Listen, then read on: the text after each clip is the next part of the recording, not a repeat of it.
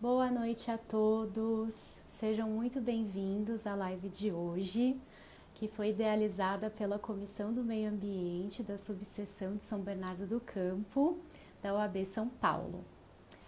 Eu sou a Jéssica Hipólito, eu vou conduzir a moderação dessa live. E de antemão eu já gostaria de agradecer ao presidente da Subseção de São Bernardo do Campo, da OAB, por possibilitar esse evento, né, conduzido aí pela Comissão de Meio Ambiente, o Dr. Luiz Ribeiro, muito obrigada. Também estendo esse agradecimento a todos os membros da comissão que trabalharam arduamente ao longo dessas últimas semanas e também aos colaboradores da subseção de São Bernardo do Campo que nos auxiliaram aí ao longo dos dias. Bom, como breve introdução, eu vou rememorar o tema, que é o desenvolvimento sustentável pós-pandemia. Nós vamos ter então a intervenção de 3 palestrantes, que são grandes nomes do direito ambiental e também da área técnica. Então, eles vão fazer as exposições iniciais, nós vamos avaliar o que vocês estão comentando aí no chat e com o apoio da Comissão do Meio Ambiente a gente vai selecionar os temas que vocês mais conversaram aí ao longo da live para que os palestrantes façam uma finalização com considerações finais, tá bom? Então, outra coisa, a live ela tem uma duração de aproximadamente 1 hora, tá? Então, pode ser necessário que a gente encerre a live e inicie uma outra caso a gente não consiga finalizar os trabalhos ao longo desse período curtinho, tá bom? Então, como é tudo muito rápido, eu já vou começar aqui chamando a nossa primeira palestrante, que é a doutora Lilian Mozart. Nós tivemos um grande trabalho aqui para tornar o currículo dos nossos palestrantes um pouquinho menor. Então, eu vou iniciar aqui a leitura, né, do breve currículo da nossa primeira palestrante da noite. Então, a professora Lilian Mozart é advogada, mestre em Direitos Difusos e Coletivos pela Unimes, professora universitária em Direitos Difusos e Coletivos, Direito Ambiental e Direito do Consumidor e atual presidente da Comissão do Meio Ambiente aqui da Subseção de São Bernardo do Campo. Um prazer, uma honra, né, tê-la conosco e a senhora iniciar a nossa live de hoje. Então, a palavra é toda sua, doutora Miri. Obrigada, viu? Bom, boa noite a todos. Num primeiro momento, eu gostaria de cumprimentar o Dr. Luiz Ribeiro, nosso presidente da 39ª Subseção de São Bernardo, a nossa casa aqui é a OAB. Gostaria de cumprimentar também o Dr. Paulo Santos de Almeida, doutora Sônia Maria Lima, agradecer muito por eles terem aceito participar desse momento de reflexão. São 2 expoentes na área ambiental e com certeza todos vão acabar ganhando muito com as suas explanações.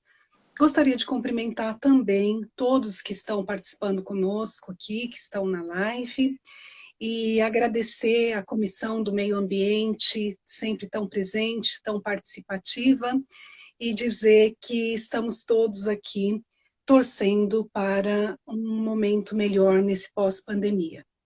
Então, o tema, vocês já devem ter percebido, é um questionamento e não uma afirmativa, né? Nós estamos questionando aí como seria possível um desenvolvimento sustentável pós-pandemia, né? É uma pergunta envolta aí em tantas incógnitas, em tantas incertezas que todos nós estamos vivendo, e nós não temos respostas, mas nós temos a obrigação de refletir e tentar fazer diferente, né? Sabemos aí que teremos um novo modelo de sociedade, onde as pessoas vão ter outros tipos de relacionamento, sejam profissionais, sejam pessoais, e com relação ao meio ambiente não será diferente. Nós vamos ter que aprender e reaprender uma série de coisas, e dentre elas entender o nosso papel dentro deste planeta Terra, né? E todas as nossas, todas as consequências dos nossos conceitos equivocados, do nosso antropocentrismo, né? Ou seja, o homem sempre se achando no centro do universo e que todo o resto está ali para lhe servir, né? Então, não é mais possível, não há mais espaço para esse tipo de egoísmo, para esse tipo de prepotência, de arrogância, de exploração das questões ambientais, né? Então, esse é um momento, no meu ponto de vista, para que nós possamos refletir e, a partir daí, questionarmos a possibilidade de um desenvolvimento sustentável num pós-pandemia. Na minha opinião, há sim, né? Eu acho que nós temos muitas coisas ruins que não podemos desconsiderar, né? Com tanto sofrimento, com mortes, com uma série de coisas. Mas nós podemos observar também, durante esse período de pandemia, que o nosso planeta tem uma capacidade de regeneração e que nós não estávamos percebendo, né? Haja vista que nós vimos animais aparecendo que nós não víamos há muito tempo, a questão dos canais de Veneza, por exemplo, né? Vimos aí na imprensa também que aquelas algas, aquele cheiro horrível acabou desaparecendo, as algas foram reabsorvidas e a correnteza levou. Na Índia, eles tiveram uma oportunidade de ver o Himalaia depois de 30 anos, a 200 quilômetros, enfim. Nós vimos aí que o meio ambiente ele tem uma capacidade de regeneração, mas nós temos que ter a participação, né? Com relação a isso tudo. Tem uma ONG que se chama WWF, e ela, a cada 2 anos, ela divulga um relatório que se chama Planeta Vivo. E no relatório de 2018, ela nos trouxe a triste notícia de que o meio ambiente, ele está tendo nós estamos consumindo 50% a mais desta capacidade do meio ambiente de regeneração.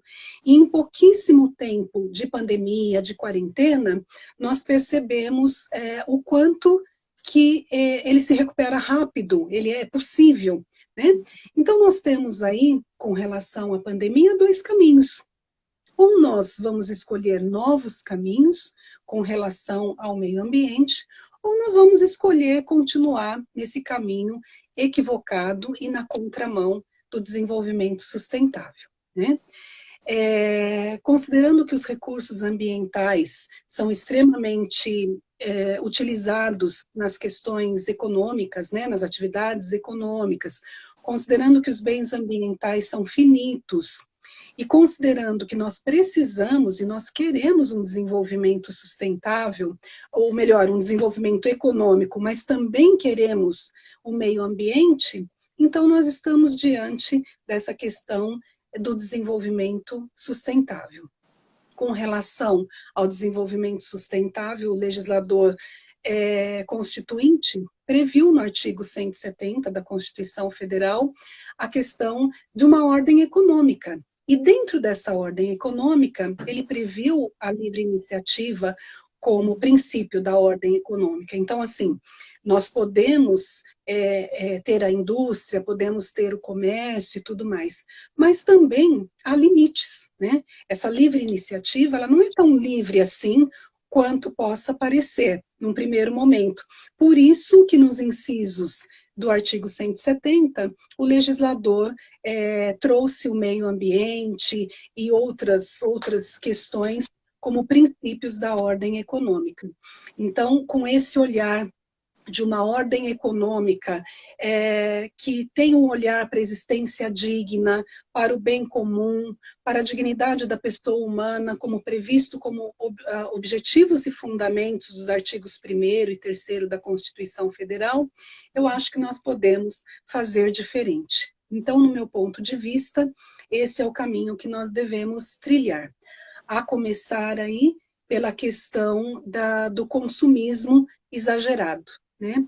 Nós pudemos perceber nessa época de pandemia que nós não precisamos de um terço daquilo que nós achamos que precisamos comprar e descartar, né? E nós sabemos também que os recursos naturais, além deles serem utilizados na confecção de tudo isso que nós compramos e consumimos, ele também tem um trabalho excessivo na absorção desses mesmos produtos que nós estamos tornando a cada dia descartáveis. Então, nós temos que refletir sobre essas questões do consumismo. E ainda acrescente-se a isto a questão demográfica, né? Você veja, lá na época da Revolução Industrial, nós estávamos em torno de 750 milhões de pessoas, era a nossa população. Hoje nós estamos aí por volta de 7 bilhões e 800 milhões de habitantes, com uma perspectiva, segundo a ONU, para 2050 de 9 bilhões de pessoas. Então, obviamente, isso gera uma demanda muito grande para o meio ambiente, então nós temos que repensar, né?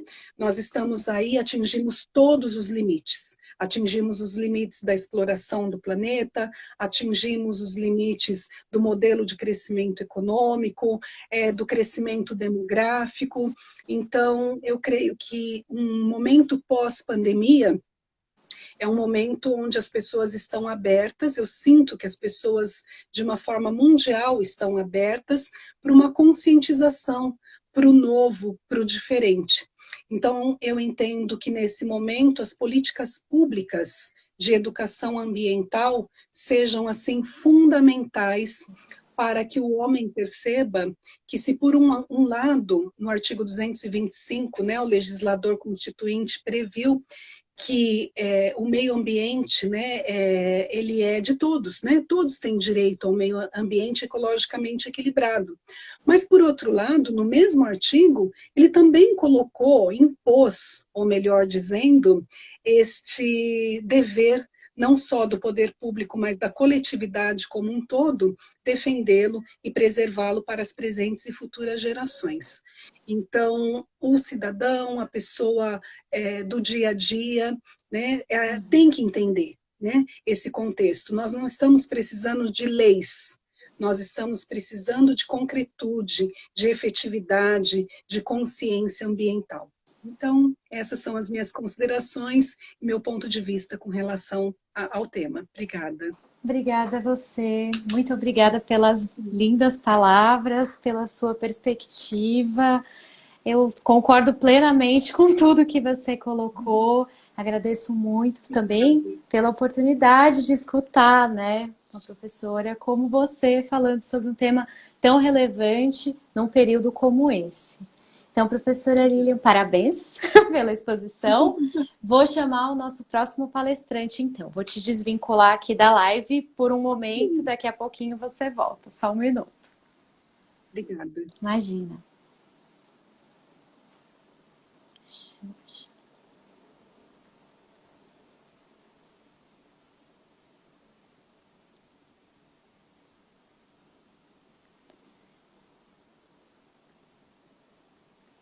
Bom, pessoal, dando continuidade às nossas exposições, eu vou chamar aqui o professor Paulo, o qual eu tive a grande honra de trabalhar na Fundação Florestal. Ele já vem me ensinando muita coisa há muito tempo. Então, seja bem-vindo, professor Paulo, é uma honra tê-lo aqui. Vou ler brevemente, aqui a gente fez uma síntese do currículo super extenso do professor. É um advogado, doutor em Direito Ambiental pela PUC São Paulo, professor de Direito Ambiental na Escola de Artes, Ciências e Humanidades da Universidade de São Paulo, membro da Comissão de Direitos Humanos da Universidade de São Paulo e assessor da Superintendência de Gestão Ambiental da USP. Professor, fique à vontade para iniciar a sua exposição. Boa noite a todos e todas. Bem, Jéssica, deixa eu quebrar um pouco o protocolo, mas diante de tanta coisa que você disse que eu estou fazendo, já estou cansado. Né? Sorte que a live é rápida. Mas muito obrigado pela gentil introdução. É um prazer enorme estar aqui, né? Participando desse evento moderno, né? A nossa live 39ª subseção de São Bernardo, compartilhando esse momento contigo, né? Com a doutora Lília Mozardo, com a Sônia Lima, realmente um momento diferenciado, né? De certa forma, até para relaxar um pouquinho, né, dessa pandemia, esse isolamento. Então, tudo isso me deixa muito feliz. É oportuno falarmos um pouco sobre o desenvolvimento sustentável, esse período pandêmico, com a interrogação que foi feita, né? Será que nós temos um desenvolvimento sustentável numa pós-pandemia?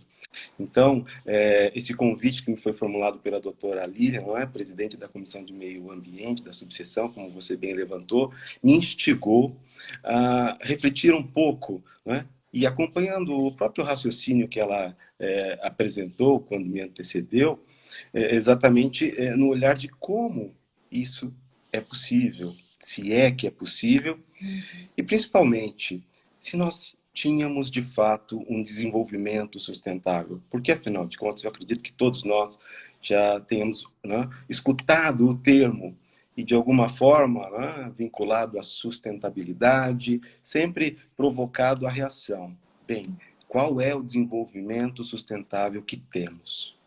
E agregado a isso, um complicador pandêmico, né? Um vírus que se espalhou em questão de meses, né? Atingindo aí mais de 9 milhões e 100 mil pessoas pelo mundo, levando a óbito, né? No Brasil, de mais de 50 mil pessoas. Então, é um pouco difícil refletir sobre o olhar de um desenvolvimento sustentável, né? Com tamanha crise.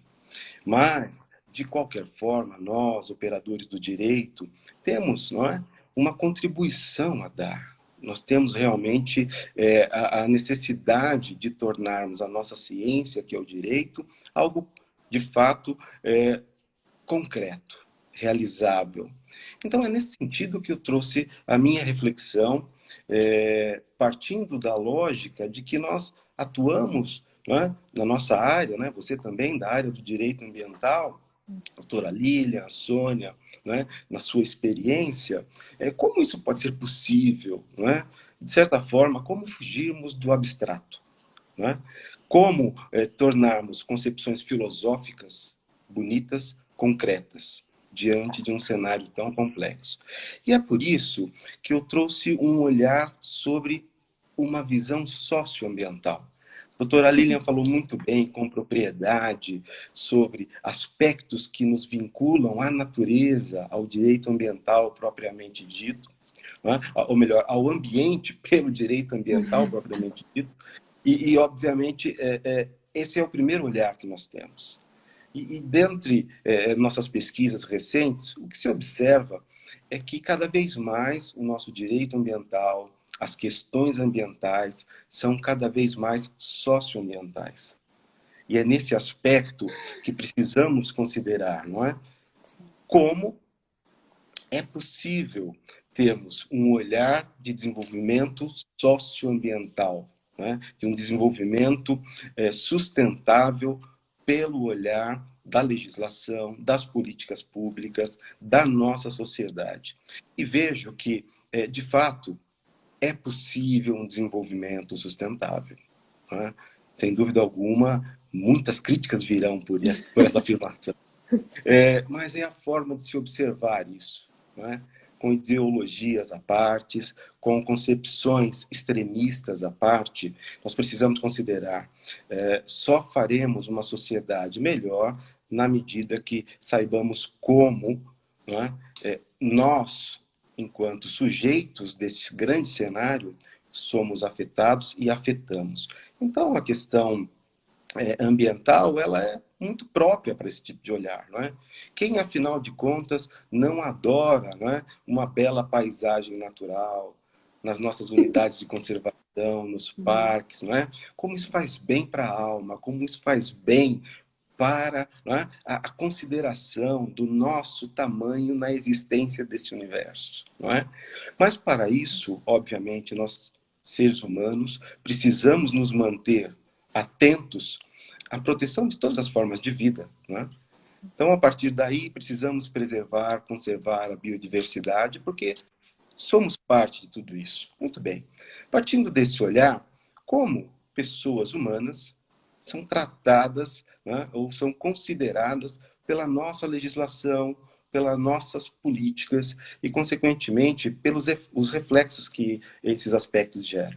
Esse é o ponto que me gerou a maior, vamos dizer que me instigou de uma forma mais provocativa para a participação desse nosso painel. E, de fato, as concepções elas podem ser políticas, econômicas, elas podem ser estritamente sociais, mas elas também podem ser técnicas. E como somos do direito, obviamente, eu resolvi dividir um pouco o meu olhar nesses dois grandes grupos. E penso que para o desenvolvimento sustentável, num período pós-pandêmico, será essencial uma adaptação. Acredito que todos concordamos com isso. O tal chamado novo normal, ele vai depender do que nós tínhamos por velho normal, que me parece não ser tão bom, porque o velho normal nos levava à pobreza extrema pelo mundo, nos leva a fomes de crianças pelo mundo, nos leva a trabalhos indignos pelo mundo, a discriminação por gênero, a marginalização, né? O racismo. Então, aquele velho normal não me parecia muito bom. Mas será que nós teremos capacidade para um novo normal real? Bem, aqui as minhas reflexões visam apenas contribuir com esse debate, contribuir com a nossa própria reflexão de como isso pode ser possível. Não é? Nós precisamos trabalhar imensamente, seja pela participação social, pela influência política, pela participação, por que não partidária, não é? Mas dentro de um olhar ético, pautado no Estado democrático de direito, uma luta que deve ser travada dia a dia por cada um contra a vulnerabilidade. As pessoas em situação de vulnerabilidade clamam. A sociedade, a classe média precisa compreender que ainda devemos nos esforçar mais. A classe política, os gestores públicos, né? As grandes riquezas entram nesse contexto. A vulnerabilidade, portanto, das pessoas é o ponto fundamental, né? Que pode nos permitir chegar a um novo normal. E isso compreende, né, desde uma ação individual às ações coletivas. Nós temos estratégias para isso. Né? Nós temos os ODS, né? Aqui para relembrar, quem ainda não ouviu, mas até para usar um pouquinho do hábito do professor, né? Deixar uma lição. Os ODS são os Objetivos do Desenvolvimento Sustentável. Um grupo, né, de objetivos com 169 metas, para que a globalidade possa chegar a um resultado efetivo, que diminua, né, a pobreza, a marginalização, que cuide de uma melhor educação, um acesso digno à saúde, ambientalmente, uma proteção, né, do aspecto climático, né, dos nossos oceanos, do nosso ar, certo? Do nosso solo e também das nossas instituições, de forma a criarmos parcerias. Pautado na lógica, né, das pessoas, da paz, da parceria, da produtividade, da prosperidade, nós podemos considerar que essa estratégia global ela não vai ser deixada de lado. Mas, de fato, será necessário revisitá-las. Será necessário observar como cada país, cada estado, cada município se integra de forma, né, única a desenvolver soluções para estes problemas sociais pautados nesses objetivos. Então, revisitar os objetivos do desenvolvimento sustentável, sem dúvida alguma, é uma forma de revisitar a problemática que tínhamos e que temos para um novo normal, que é, né, o combate à vulnerabilidade. A vulnerabilidade das pessoas em situação de rua, a vulnerabilidade das comunidades tradicionais, né? E aí então chegarmos às grandes diferenças que aflorou recentemente pelo mundo, né? Com um evento decorrente do assassinato do George Floyd nos Estados Unidos. Ser, portanto, antirracista agora é uma ação para buscarmos diminuir a vulnerabilidade das pessoas. Isso é um caminho para um desenvolvimento sustentável. Isso nos levará a um melhor olhar sobre os nossos recursos naturais, consequentemente, né? Mas também quanto às demandas do ambiente urbano, desde a forma como segregamos nossos resíduos, até mesmo ao olhar de que talvez o estabelecimento de uma renda mínima vital venha a ser necessária. Não necessariamente nos moldes do período pandêmico, mas observar, não é, como a assistência, como de alguma forma a subsistência, não é, e a pobreza extrema podem ser diminuídas. Um dado importante de ser destacado, a Comissão Econômica para a América Latina e Caribe, a CEPAL, ela indica que nós teremos, em função da pandemia, só para o ano de 2020, um crescimento de 5% na pobreza extrema. E em projeção, nosso país terá uma redução econômica de seu PIB em 5%. Olha que contraposto. Enquanto a pobreza extrema crescerá, nós, enquanto sociedade, Brasil, empobreceremos também. Então, a pobreza extrema cresce e a sociedade perde. 2 vezes, eu diria. Com certeza. Pelo aumento da pobreza extrema e pela nossa perda econômica. Bem, esse é um reflexo mundial, sem dúvida alguma nos afetará a todos, mas nós não precisamos nos pautar só por esse lado negativo, não é? Então, nós temos ações possíveis. E é nesse sentido que a Constituição diz que devemos preservar a dignidade da pessoa humana, não é? Artigo 1º, inciso 3º da Constituição Federal. Também diz que devemos manter o nosso ambiente ecologicamente equilibrado. Bem, na junção disso, temos a necessidade de visualizar uma condição socioambiental que combata, literalmente, a vulnerabilidade dessas pessoas. Penso que nós temos uma oportunidade, né? E me perdoem aqui o termo oportunidade, porque diante de tanta morte, de tanto sofrimento, não seria talvez cabível usar esse termo. Mas para identificar o olhar, eu gostaria de só deixar a ideia. Existe uma oportunidade de fazer valer todo esse sacrifício, né? Isso se dá exatamente porque nós, enquanto sociedade, temos a chance de reconstrução. Sim, reconstrução. Reconstruir. Nós vimos, durante a pandemia, o olhar sobre solidariedade se alterar, né? As pessoas diminuíram um pouco a intolerância, né? E nós precisamos continuar com esse olhar. Redução da intolerância, ampliação da solidariedade. Mas isso sem tirar a responsabilidade necessária dos nossos gestores públicos, no âmbito federal, estadual, municipal. São os poderes atuando. E isso se faz, literalmente, quando as boas políticas são implementadas, os gestores podem trabalhar, mas digo, trabalhar sem excluir a possibilidade desta integração. E nesse aspecto, eu me dirijo até para um olhar um pouco técnico, exclusivamente, né, mais direcionado aos nossos colegas do direito, né, os advogados que nos assistem, que nos homenageiam com a participação.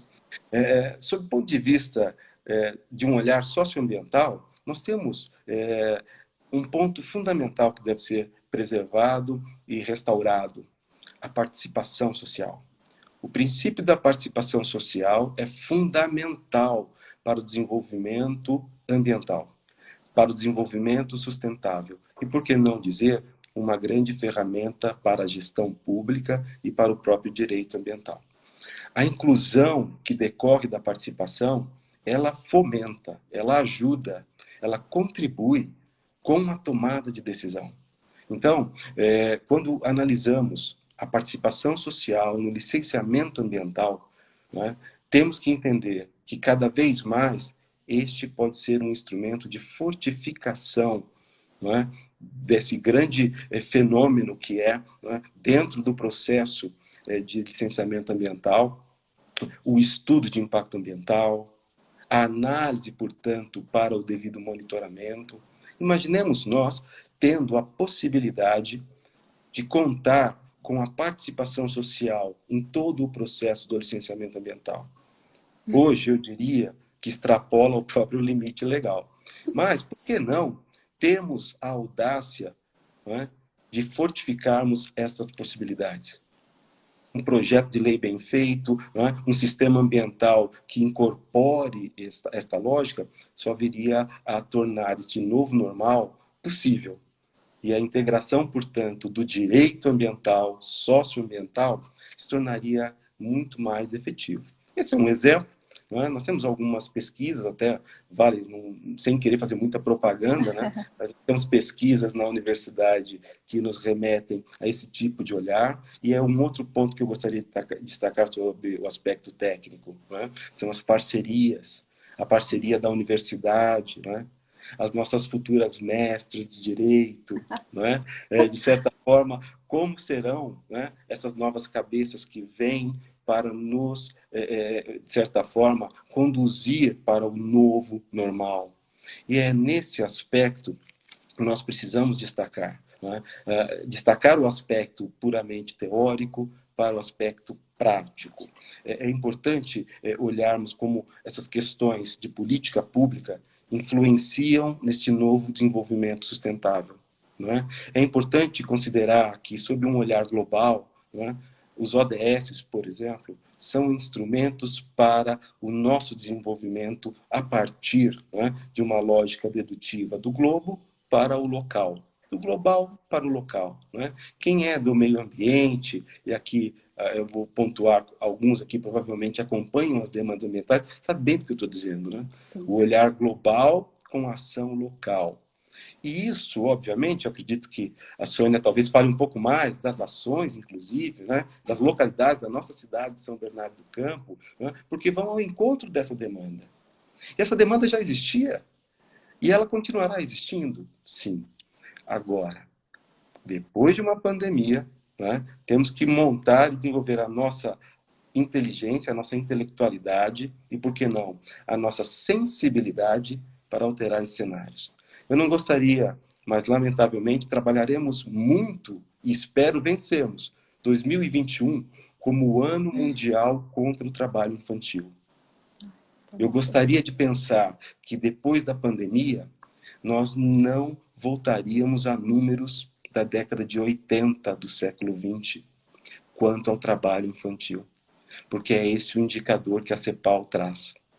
Se nós não tomarmos cuidado com o processo da educação, com a forma como nós integramos, né, os sujeitos desde a primeira infância, na sua parte, né, de formação, a sua formação educacional como um todo, nós poderemos regressar a números de 1980, quando nós tínhamos o trabalho infantil praticamente como uma regra na nossa sociedade.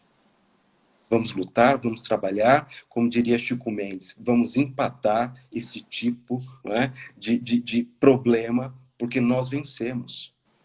De 1980 até hoje, pelo menos de 1900, do século 20, dos anos 80 para o século 21, nós não podemos regredir. Então, infelizmente, o empobrecimento pode nos levar a isso. A pandemia aflorou essa possibilidade e obviamente, nós precisamos combatê-la. Gostaria muito que em 2021, né, passados 30 anos do Estatuto da Criança e do Adolescente, tivéssemos um olhar melhor. Mas se não temos, precisamos construí-lo. Precisamos construir também um novo olhar sobre a forma como utilizamos os recursos ambientais. Né? Aqui um apelo especial no olhar sobre, né, a produção que nós temos de resíduos. Uma demanda importante, constante, né, que temos que, de fato, analisar sobre um olhar pontual do que é o desenvolvimento sustentável a partir de ações individuais. Bem, com isso eu concluo, né, e, óbvio, teríamos muitos outros pontos para destacar, mas eu procurei aqui, como disse, fazer um apanhado, né, respondendo à indagação, né, do desenvolvimento sustentável pós-pandemia, sob um olhar socioambiental, trabalhando com questões que nos identificam como possível evolução sobre o aspecto do combate à vulnerabilidade, né? Sobre instrumentos jurídico-ambientais que precisam de uma atuação de participação social mais efetiva, né? E destacando, por fim, né, a nossa possibilidade e a forma que nós temos de combater essas condições que poderiam atrapalhar, de alguma forma, o nosso futuro desenvolvimento sustentável. Bem, era isso. Muito obrigado. Vou ficar à disposição, não é? Para o questionamento. Sei que o nosso público pode ser muito exigente, mas de alguma forma estamos aí, ok? Muito bem. Professor Paulo, brilhante. Parabéns pela exposição. É um prazer escutar o senhor tratando de tantos assuntos relevantes. Realmente está tudo conectado, né? Eu acho que essa pandemia mostra para gente que não tem essas divisões, né? Ah, vamos tratar só do meio ambiente, só da educação. Na verdade, está tudo conectado e a gente vai ter que aprender a lidar com esses problemas e achar soluções inteligentes como os cidadãos do mundo que somos, né? De alcançar melhora, né? Não regredir, né? Mas enfim, fiquei muito feliz em escutá-lo, é sempre um prazer, é uma honra tê-lo aqui. E agora eu vou chamar a nossa terceira palestrante, vou desvincular o senhor. E, enfim, nos falamos daqui a pouco mais um pouquinho. Licença. Okay. Bom, pessoal, enquanto eu chamo a Sônia, eu vou aqui fazer um adendo, que a gente tem a presença ilustre da professora Carmela Delzoda, que é vice-presidente da subseção aqui de São Bernardo. Obrigada por nos prestigiar, professora Carmela, que foi minha professora também. Um prazer ter a senhora aqui.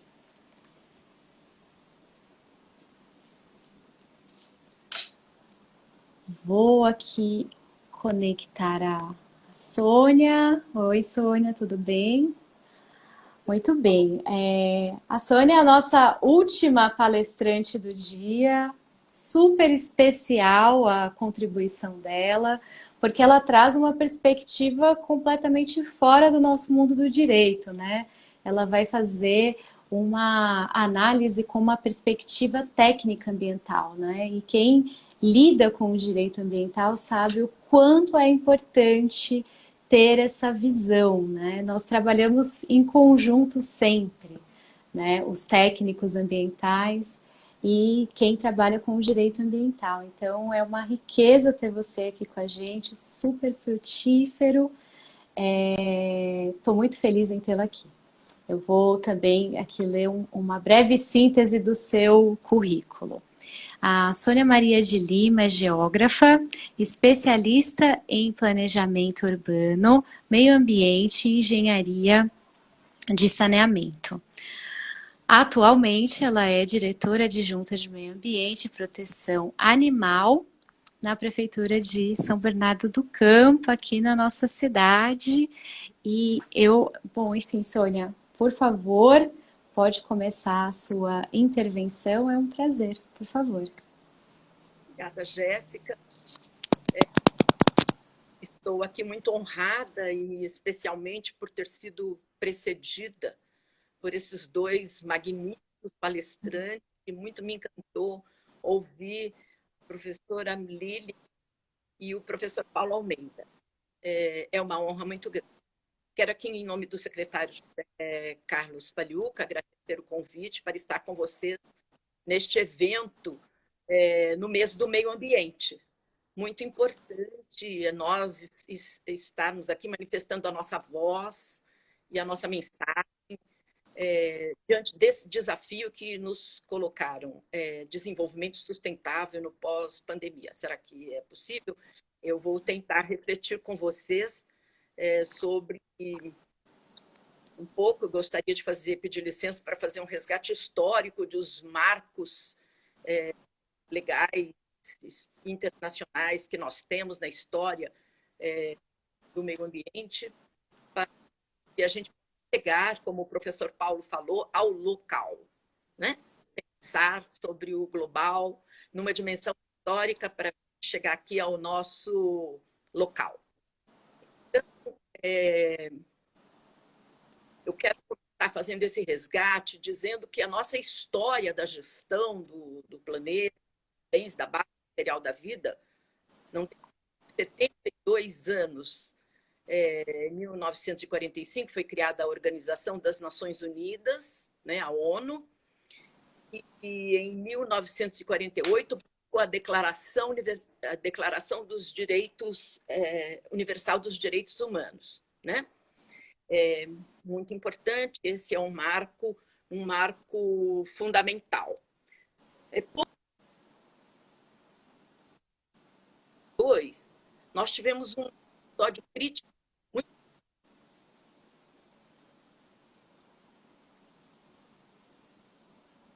de poluição atmosférica na cidade de Londres. Então, isso é um evento importante e marcante. O mundo já vivia as voltas com os problemas ambientais da superexploração do ambiente. E em 1972, a gente tem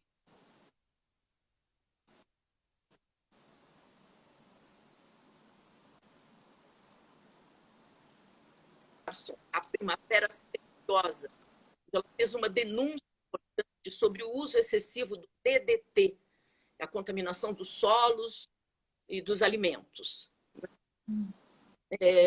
10 anos depois, a gente tem a Conferência Mundial do Meio Ambiente em Estocolmo, na Suécia, onde os países membros das Nações Unidas discutiram, né, o que é que nós vamos fazer para melhorar a relação do homem com a natureza, porque ela é uma relação que vem num processo de destruição, de apropriação, como disse a professora Lilian, apropriação excessiva dos recursos naturais, da produção e o consumo exagerado, ele é histórico, né? Em 1987, a Organização das Nações Unidas criou a Comissão de Meio Ambiente. Essa comissão foi presidida pela ministra Gro Harlem Brundtland e ela, sob a presidência dela, foi elaborado o relatório chamado Nosso Futuro Comum. E ali está apresentado este conceito do desenvolvimento sustentável. Então, é uma coisa muito importante, em 1987, você não faz muito tempo, é bem recente, né? É bem recente. E em 1992, a gente tem a Conferência Mundial do Meio Ambiente no Brasil. E esta conferência escreveu a Agenda 21 e essa agenda tinha um slogan, né? Pensar global e agir local. Muito importante, eu acho que isso ainda está ressoando na nossa mente, né? Como gestor de política pública, né? Vocês, como operadores do direito, sempre estão preocupados com essa questão. A Agenda 21 ela trouxe uma preocupação muito forte com a questão do clima, das mudanças climáticas. Logo em 1997, teve a Conferência do Clima no Japão, né, em Kyoto, e foi escrito o Protocolo de Kyoto, 1997. Veja como estamos perto, tão pouco, tão recente, a história que a humanidade vem se preocupando com como que nós vamos cuidar do nosso planetinha, né? Em 2000, a ONU propôs uma agenda integrada, né? E deu os objetivos do milênio. Estava começando esse milênio, né, dos anos 2000, do século XXI. Então, os objetivos do milênio, eles eram 8 objetivos, mas tratava fundamentalmente da questão da paz, das pessoas, da prosperidade, né? E do desenvolvimento sustentável. Em 2012, nós temos a Rio+20, né? E a questão, o que a gente está fazendo com esses objetivos, né? Como o professor Paulo referiu, criticamente, nós temos as concepções teóricas, nós temos as teorias, nós temos as filosofias, mas no concreto, como disse a professora Lilian, o que é que nós estamos fazendo com todo esse conhecimento? A gente está aplicando resultado. E em 2015 vem a agenda, próximos 15, a chamada Agenda 2030, é a agenda do desenvolvimento sustentável, né? Essa agenda tem alguns diferenciais. Ela tem, vou falar de um especial que me chama a atenção, que é o seguinte: não basta existir a agenda, o Brasil ser signatário, fazer discurso, escrever artigos, mas não fazer nada. Então, nós temos que produzir políticas públicas, né, que sejam capazes de incluir as pessoas, né? Nós temos que ser capazes de transformar as cidades em cidades para as pessoas viverem em paz, com prosperidade. E a Agenda 21, ela é fiscalizada. A Agenda 2030, ela é fiscalizada pelos órgãos do Tribunal de Contas, né? Então, por exemplo, nós, o município de São Bernardo, prestamos contas ao Tribunal de Contas do Estado sobre a eficiência, a eficácia e a efetividade do gasto público para alcançar o desenvolvimento sustentável. Então, nós temos que responder por isso. Então, são 17 objetivos, como disse o professor Paulo, 169 metas e 231 indicadores. Essa agenda, ela é um plano de ação para as pessoas, para o planeta e a prosperidade, e que busca fortalecer a paz universal. Então, tem os famosos 5 P's da agenda. As pessoas, em primeiro lugar, né? Então, erradicar a pobreza, a fome e garantir a dignidade e a igualdade. Então, o que nós temos agora no pós-pandemia, como o professor Paulo mencionou, é um crescimento super extraordinário da pobreza, né? Nós temos muito desemprego, aumentou o desemprego, nós temos pobreza, então nós temos um crescimento, aumento da fome. Como é que nós vamos enfrentar isso? Como é que nós vamos fazer com isso? O outro P é o P da prosperidade. Garantir vidas prósperas e plenas em harmonia com a natureza. Garantir a dignidade para as pessoas, né? Dignidade e igualdade.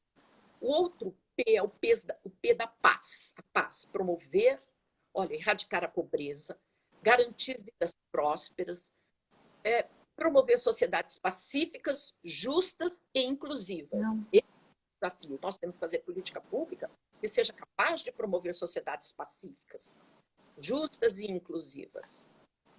O quarto é o P das parcerias. E eu acho que esse é muito importante, o professor Paulo referiu-se a ele, que é implementar uma agenda por meio de parcerias e solidariedade. Eu acho que uma agenda de solidariedade, nesse novo normal, nós vamos precisar entender o que é ser solidário um com o outro, né? Com o próximo. Como é que nós vamos ter uma cidade saudável, uma cidade equilibrada, sustentável, a partir de uma relação de solidariedade. Eu vou olhar as necessidades do outro e vou cuidar do ambiente como se fosse mim. E o último, que é fundamental, é o planeta, é o P do planeta. Proteger os recursos naturais e o clima do nosso planeta para a presente e as futuras gerações. Porque nós temos um estilo de vida, um consumo, né, super explora a base material da vida, super explora os recursos naturais. Então, o que é que nós vamos fazer com isso? Como é que nós vamos mudar essa perspectiva e essa relação nossa com o ambiente onde nós estamos? Então, nós temos o nosso território. Nosso território está localizado numa região onde está a maior concentração urbana e populacional da América do Sul. Então, os maiores índices de pobreza, de fome, de desemprego, eles são indicadores que infelizmente serão levados aqui na nossa região, né? Nós temos um estilo de vida de jogar o esgoto sanitário, onde a gente joga os remédios que a gente não usa mais na descarga do banheiro, a gente joga isso nos rios, a gente joga isso dentro dos reservatórios de água, né? Nós envenenamos um bem natural que é essencial para a nossa sobrevivência, que é a água, né? Nós temos um estilo de vida, é impressionante como as pessoas praticam e sempre estão reivindicando a supressão da floresta, né? Então, as pessoas nunca... Será que o problema é de quem sabe que não ensina sobre os serviços ecossistêmicos que nos prestam a natureza, né?